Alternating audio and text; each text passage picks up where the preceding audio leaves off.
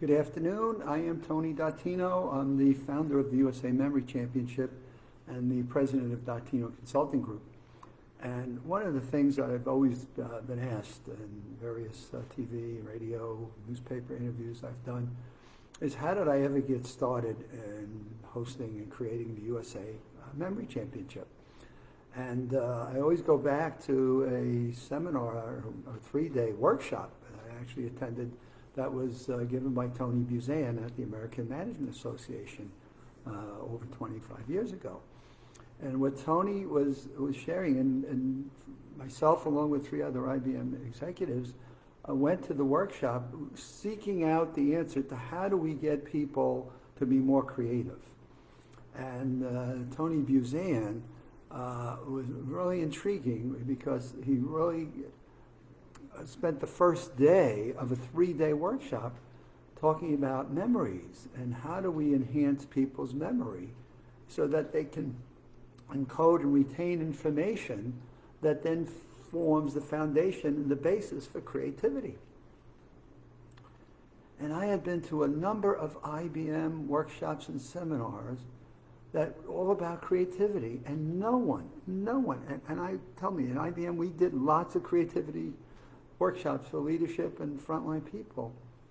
No one had ever made the connection between, if you want to enhance the memory of an organization, you want to enhance the creativity of an organization, you must enhance its creative capacity.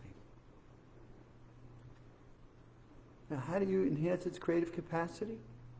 By enhancing people's ability to how they store information, save it, and encode it so it stays there for long term, and then when new information comes about us on a daily basis, especially with the internet, the information explosion, we make the connection of taking that which has been stored with that which is new, and bam, spontaneity pops into the brain, and we start immediately making new links, connections, and associations in a very fluid process. And as Tony Buzan shared in these days, it's actually a natural process of human thinking. And so up until that seminar, I had never thought of how does one improve memory, which then would feed the natural process of human creativity. So I was fascinated by it, and that's how I got started in working and learning more about how do we encode information in a way that sustains itself, so as new things come about us, we can create and just generate in a natural flow of human thinking. And one of the tools that became an integral part of the work that I've done over the years is something called mind mapping, or as I like to reverse it, call it a mapping of a mind, which is a tool that is so underutilized.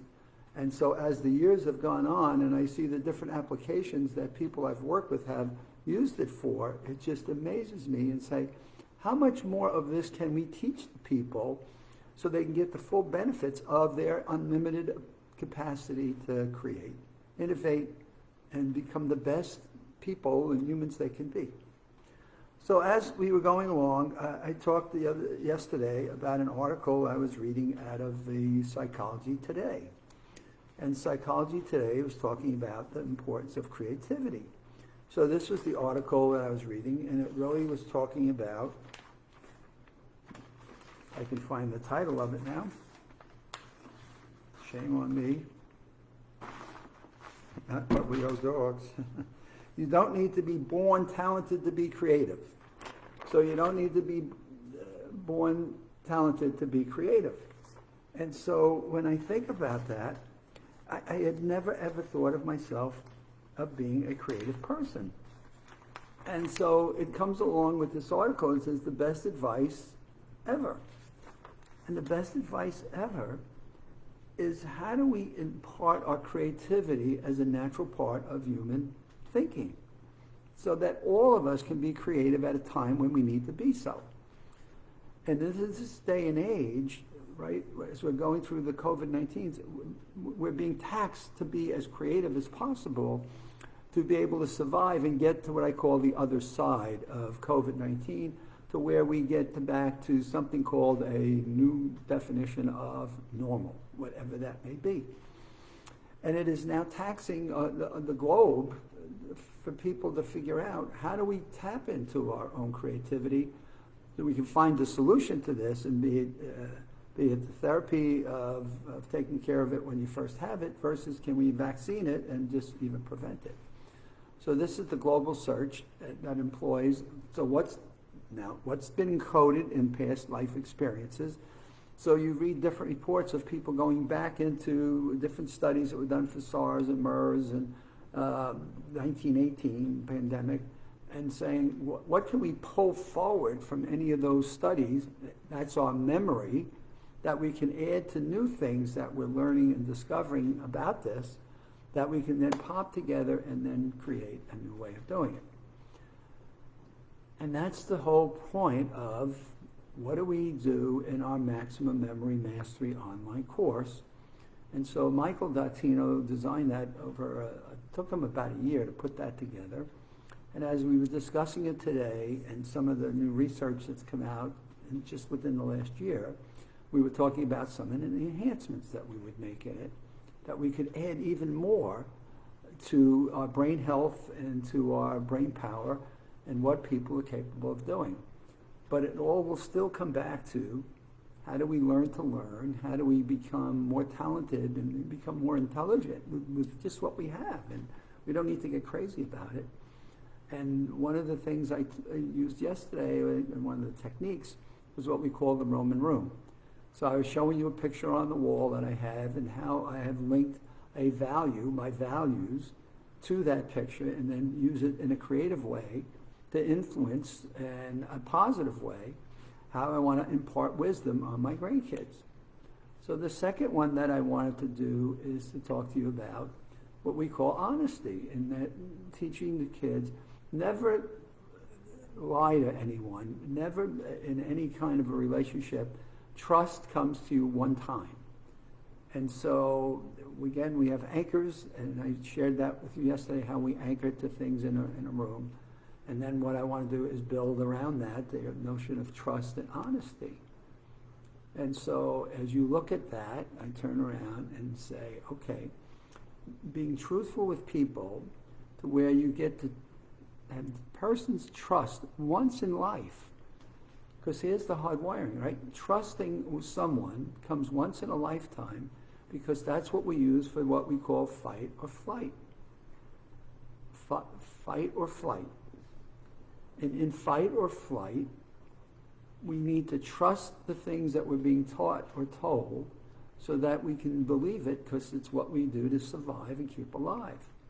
So the hard wiring in terms of our thinking in our brains is, what can I trust that I can buy into and accept and then use to run my life? And so when I coach people, I say, do not mess with people's trust ever, because you get that once, and then what happens is you get a permanent scarring in the brain, in the emotional part of the brain, that basically says, I've been hurt once by this, and I'll remember it. Now here comes memory, which then may inhibit the creative process. Or if your memory is such that you've been hurt before, then what you'll work to, and this is where you'll work for, is how do I avoid getting hurt again? What is it I need to do? And that's where, when I'm doing brain-to-brain communication lessons, I talk about memories, prior experiences, as I call it, the history book, will have an impact on the creative process. And so how often do people think of the link between memory and creativity, and or creativity and memory, is one of the basic messages that I give out to people when we're doing the memory championship, and you see how they use the loci method and mind maps to be amazingly creative, telling stories that are just amusing and fun and exciting. And I'm hearing and reading more and more. I was reading today's paper, the University of Florida basketball coach doesn't want to watch the news anymore because it's so negative, and it just puts his day off on the wrong foot. So how do we then at least learn things and develop things that are going to be positive and helpful for us? And this is one of the things that I have found with the teaching people how to improve their memories is so self-rewarding and builds such a level of self-confidence and self-esteem that it's just been a delight. I say a delight, it's just been a reward for me to see the difference that you're able to make in people's lives when you show them how they can encode information in a more efficient way, which improves their learning, and then how can they use that to be more creative. And that's part of the techniques that we have, and what we want to do is get people to understand how these things link together in a string of practice exercises at a time where creating mental challenges for yourself is a good thing because of the isolation we have and the containment we have. What better time to build those skills than when you have the time and you're not out and about rushing all to different places during this period of quarantine. That's my message for today. This is Thursday, my 3 o'clock. I'm back on Saturday. A couple of days from now, I'll be back on Saturday doing 3 o'clock Saturday afternoon. And until we speak again, be safe, and find something that you can do in improving your memory. That's fun. Look at the objects around your room. So if I look at the pictures and the palm trees, and think of something you want to anchor against that. And so when you look at the picture, you think of what you want to remember or something that you want to do, and we'll take it from there. We'll see you on Saturday. Have a good afternoon, and enjoy your Friday.